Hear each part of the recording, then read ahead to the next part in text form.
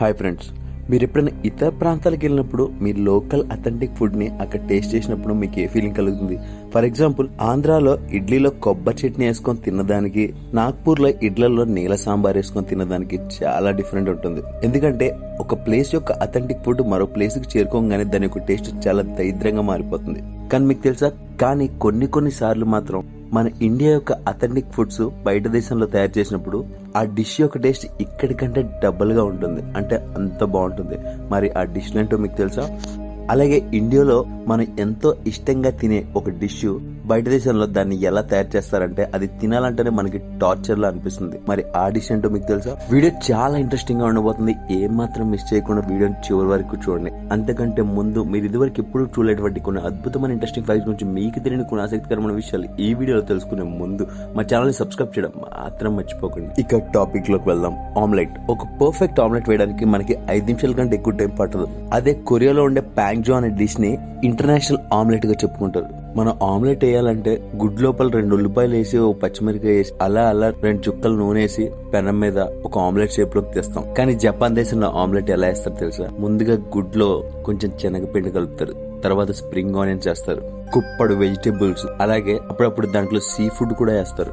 అంతా తయారు చేసిన తర్వాత అది నిజానికి ఆమ్లెట్ లా ఉండదు, ఒక ఫుల్లీ లోడెడ్ పిజ్జా లా ఉంటది. కాకపోతే కింద డోలో ఉపయోగించే పిండి ప్లేస్ లో ఆమ్లెట్ ఉంటది, అంతే తేడా. ఇంకా లాస్ట్ లో ఆ ఆమ్లెట్ ని సోయా సాస్ లో ముంచుకొని తింటారు. ఆమ్లెట్ ఇండియన్ స్టైల్ స్నాక్ అయితే ప్యాజియన్ అనేది కొరియన్ స్ట్రీట్ ఫుడ్ గా చెప్పుకుంటారు. మనం ఎప్పుడైనా రెస్టారెంట్ కి వెళ్ళినప్పుడు బిర్యానీ తిన్నా గానీ లేదా రోటీ తిన్నా గానీ చివర్లో చల్లటి ఇంత పెరుగు చట్నీ తినకపోతే ఆ మీల్ కంప్లీట్ అయ్యే ఫీలింగ్ అనిపిదు.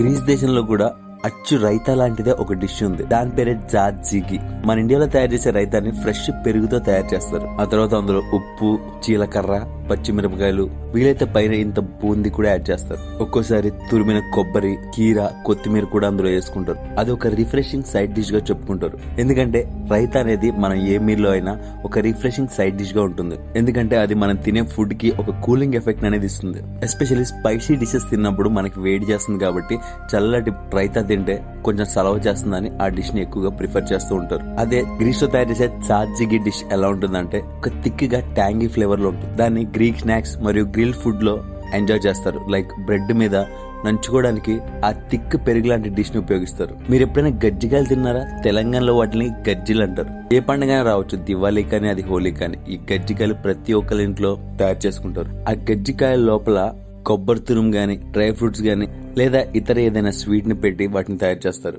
పండగ పూట అది ఒక్క బైట్ నోట్లో పెట్టుకుంటే చాలు, నోరంతా స్వీట్ గా అయిపోతుంది. కానీ మీకు తెలుసా, సేమ్ అలాంటి డిష్ లాటిన్ అమెరికాలో కూడా ఒకటి ఉంది. అవి చూడడానికి సేమ్ గజ్జికాయలానే ఉంటాయి, కానీ దాని లోపల ఉండే టెక్స్చర్ మాత్రం స్వీట్ గా కాదు, సాల్టీగా ఉంటుంది.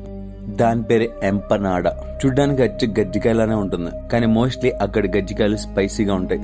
దాని లోపల చీజ్, చికెన్, వెజిటేబుల్ తో స్టఫింగ్ చేసి దాన్ని తయారు చేస్తారు. మనం తయారు చేసుకునే గజ్జికాయని నూనెలో డీప్ ఫ్రై చేసుకుంటాం. కానీ లాటిన్ అమెరికాలో దొరికే ఈ ఎంపనాడా డిష్ ని డీప్ ఫ్రై అలాగే మైక్రోవేవ్ ఓవెన్ లో బేక్ చేసి కూడా తయారు చేస్తారు. ఇండియాలో గజ్జికాయ అనేది ఒక స్వీట్ డిష్, అదే లాటిన్ అమెరికాలోని ఎంపనాడా ఒక స్పైసీ డిష్. మన ఇండియాలో దివాళీ, హోలీ లాంటి పెద్ద పెద్ద పండుగలకి ఇలాంటి గజ్జికాయలు తయారు చేసుకుంటాం. కానీ లాటిన్ అమెరికాలో ఈ ఎంపనాడా డిష్ ని రోజువారీ తమ ఫాస్ట్ ఫుడ్ స్నాక్ గా ఉపయోగిస్తారు. అప్పం అంటే మనలో చాలా మందికి తెలిసి ఉండదు. ఎక్కువగా తమిళనాడులో ఈ అప్పాలు తింటారు. మన ఇక్కడ దోశల్ని ఎలా తింటామో సేమ్ అలానే అప్పాలని తింటారు. ఫర్మెంటెడ్ రైస్ ని, కోకోనట్ మిల్క్ ని కలిపి ఈ అప్పాలు తయారు చేస్తారు. ఆ అప్పాలు కనుక డీప్ గా రోస్ట్ చేస్తే అవి కడగ్గా క్రిస్పీగా తయారవుతాయి. దాని యొక్క టెక్స్చర్ కూడా చాలా యూనిక్ గా ఉంటుంది. సౌత్ ఇండియాలో ఈ డిష్ ని ఎక్కువగా తింటూ ఉంటారు. సేమ్ అప్పానికి దగ్గరగా ఉండే డిష్ ఒకటి ఇథియోపియా దేశంలో ఉంది. దాని పేరే ఎంజీరా. ఇది ఒక ఫర్మెంటెడ్ ప్యాన్ కేక్. దీన్ని బియ్యం పిండి మరియు రకరకాల ఫ్లోర్స్ తో తయారు చేస్తారు. సైజ్ తో పోలిస్తే అప్పం కంటే కొంచెం పెద్దగా ఉంటుంది, కానీ దాని యొక్క టెక్స్చర్ స్పాంజీగా మరియు సాఫ్ట్ గా ఉంటుంది. సేమ్ ఇక్కడ తిన్నట్లుగానే ఈ ఎంజీరా డిష్ ని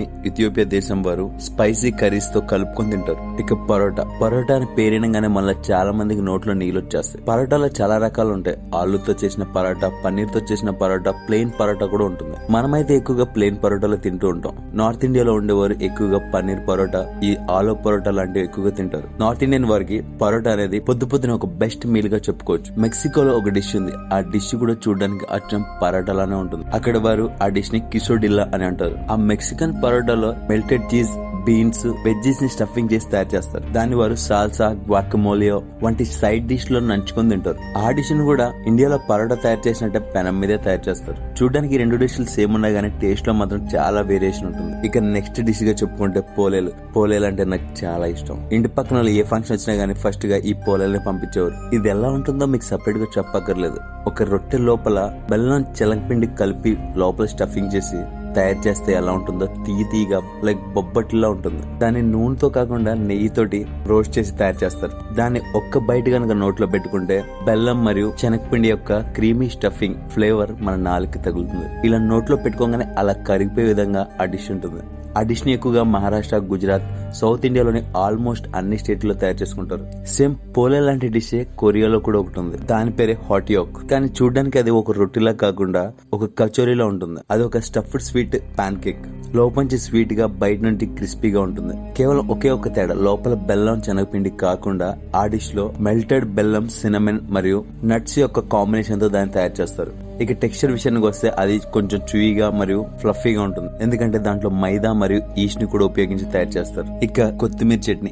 ఇండియాలోని ఏ రాష్ట్రానికి వెళ్ళినా మనకి రకరకాల డిష్లు అనేవి కనిపిస్తూ ఉంటాయి. కానీ అన్ని డిష్ల మధ్యన కామన్ గా కనిపించే ఒకే ఒక డిష్ ఈ గ్రీన్ చట్నీ. ఈ కొత్తిమీర పచ్చడి అనేది ఎంత కమ్మగా ఉంటుందంటే అది ఏ డిష్ తో తిన్నా గానీ దాని యొక్క టేస్ట్ ని బూస్ట్ చేస్తుంది. అర్జెంటీనా దేశంలో కూడా ఇలాంటిదే ఒక చట్నీ ఉంది. అది కూడా కొత్తిమీరతోనే తయారు చేస్తారు. దాని పేరే చిమ్మి చూరి. కాకపోతే తయారు చేసే ప్రాసెస్ కొంచెం డిఫరెంట్ గా ఉంటుంది. వారి డిష్ ని తయారు చేయడానికి కొత్తిమీర, నిమ్మకాయ రసం, అల్లం, వెనిగర్ మరియు చిల్లీ ఫ్లేక్స్ ని ఉపయోగించి ఆ డిష్ ని తయారు చేస్తారు. దాని యొక్క టెక్స్చర్ మన కొత్తిమీర పచ్చడి లాగా మెత్తగా అయితే ఉండదు గానీ కొంచెం లిక్విడ్ మరియు ఆయిలీగా ఉంటుంది. మనం కొత్తిమీర పచ్చడి చేసుకున్నప్పుడు దాని మీద లైట్ గా నిమ్మకాయ వేసుకుంటాం. కానీ అక్కడ వారి యొక్క డిష్ మీద ఆలివ్ ఆయిల్ చల్లుకుంటారు. మరి ఈ 2 డిష్ లో మీరు దేన్ని ప్రిఫర్ చేస్తారు? కొత్తిమీర పచ్చడా లేదా చిమ్చూరి? మీకేదైనా వచ్చిందో కమెంట్ లో రాయండి.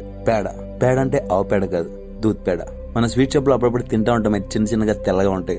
దాన్నే పేడ అంటారు. చిన్న చిన్నగా తయారు చేసిన కోవా బాల్స్ ని పేడ అని పిలుస్తారు. నిజానికి దీన్ని కోవాతో తయారు చేస్తారు. మనలో ప్రతి ఒక్కరికి ఫస్ట్ స్వీట్ గా స్వీట్ షాప్ లో తెలిసిన ఫస్ట్ డిష్ ఇదే. ఎందుకంటే అప్పట్లో ₹1 కూడా ఈ పేడాలు ఇచ్చేవారు. సేమ్ ఇటువంటి డిష్ ఒకటి మెక్సికోలో కూడా ఉంది. ఆ డిష్ ని చూస్తే మన పేడ యొక్క కజిన్ డిష్ ఏంటి అనుకుంటాం. దాని పేరే జామాసీలో. ఈ డిష్ మన దేశీ పేడాలనే తయారు చేస్తారు. కానీ ఆ డిష్ ని తయారు చేయడానికి వారు కండెన్స్ మిల్క్, షుగర్, బటర్ ని కూడా ఉపయోగిస్తారు. ఒక్కోసారి దాంట్లో వెనిలా మరియు సినమల్ ఫ్లేవర్ ని కూడా యాడ్ చేస్తారు. దానివల్ల ఆ స్వీట్ లోపల లైట్ గా స్పైసీ టేస్ట్ కూడా వస్తుంది. ఇక్కడ మనకి దొరికే పేడాలు రౌండ్ గా ఉంటే ఈ మెక్సికోలో ఉండే పేడాలు మాత్రం రెక్టాంగులర్ షేప్ లో వస్తాయి. మెక్సికో ప్రజలు ఏదైనా ఫెస్టివల్ సెలబ్రేట్ చేసుకునేటప్పుడు ఇళ్లలో వీటిని తయారు చేసుకుంటారు. చిక్కీ. ఈ చిక్కీని మనలో తినలేని వారంటూ ఉంటారు. ఎందుకంటే చిన్నప్పటి నుంచి మనకి చిక్కీలు అంటే చాలా ఇష్టం. బెల్లం పాకంలో పల్లీలు నేసి ఈ చిక్కీలు తయారు చేస్తారు. దీన్ని ప్రోటీన్ బార్స్ యొక్క దేశీ సబ్స్టిట్యూట్ గా కూడా చెప్పుకుంటారు. ఎందుకంటే దీంట్లో అంత ప్రోటీన్ ఉంటుంది. కానీ ఇదే చిక్కీ బయట దేశానికి వెళ్తే రకరకాల షేపుల్లోకి మారిపోతుంది. అదే అమెరికా, యూరోప్ లో అయితే దీన్ని నట్ బ్రిటిల్ లేదా పీనట్ గ్రంచ్ అని అంటారు. ఎందుకంటే అక్కడ దొరికే చిక్కీలు చాక్లెట్ కోటెడ్ కలిగి ఉంటాయి. కొరియాలో అయితే దీన్ని యూట్ గ్యాంగ్ యోంగ్ అంటారు. కొరియాలో ఈ డిష్ కూడా స్టిక్కీ పీనట్ స్నాక్ గా చెప్పుకుంటారు. కాకపోతే వారు ఆ స్టిక్కీగా ఉండడానికి బెల్లాన్ని కాకుండా స్టిక్కీ రైస్ సిరప్ ని ఉపయోగిస్తారు. దాన్ని అక్కడ యోట్ అని పిలుస్తారు. కొరియా దేశం యొక్క చిక్కీల్లో పల్లీలనే కాదు, sesame seeds, sunflower seeds, walnuts తో పాటు రకరకాల డ్రై ఫ్రూట్స్ వేసి ఆ చిక్కీని తయారు చేస్తారు. ఈ యాట్ గ్యామ్ జామ్ యొక్క టెక్స్చర్ చిక్కీతో పోలిస్తే చాలా సాఫ్ట్ గా మరియు ఫ్లేవర్ఫుల్ గా కూడా ఉంటుంది. ఇక కిచిడి.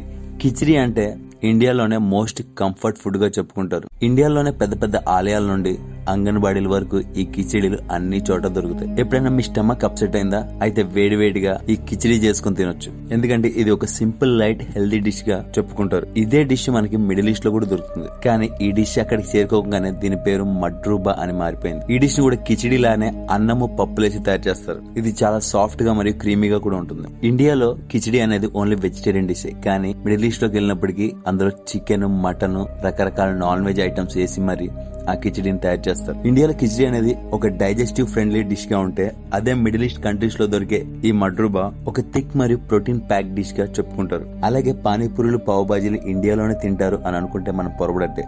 బయట దేశంలో కూడా ఇవి దొరుకుతాయి. కాకపోతే వాటి యొక్క పేర్లు డిఫరెంట్ గా ఉంటాయి. వాటి యొక్క స్పైసీ మరియు యూనిక్ టేస్ట్ వల్ల అక్కడ ప్రజలు వీటిని చాలా ఇష్టంగా తింటారు. పావ్ బాజీ కూడా బయట దేశంలో ఒక పాపులర్ స్ట్రీట్ ఫుడ్ గా చెప్పుకుంటారు. బయట దేశంలో ఉండే రెస్టారెంట్స్ మరియు ఫుడ్ ట్రక్స్ తమ యొక్క మెనూలో ఈ పావ్ బాజీని కూడా చేర్చారు. కేవలం ఆ స్ట్రీట్ ఫుడ్స్ ని ఇండియన్సే కాదు, ఆ దేశాల యొక్క లోకల్ ప్రజలు కూడా ఎంతో ఇష్టంగా తింటూ ఉంటారు. బర్లిన్ లాంటి పెద్ద పెద్ద దేశాల్లో కూడా ఇండియన్ స్ట్రీట్ ఫుడ్స్ యొక్క క్రేజ్ రోజు రోజుకి పెరుగుతూనే పోతుంది. ఆ దేశం యొక్క కొన్ని రెస్టారెంట్స్ పానీపూరి, పావ్ భాజీ వంటి డిష్లను సర్వ్ చేస్తుంది.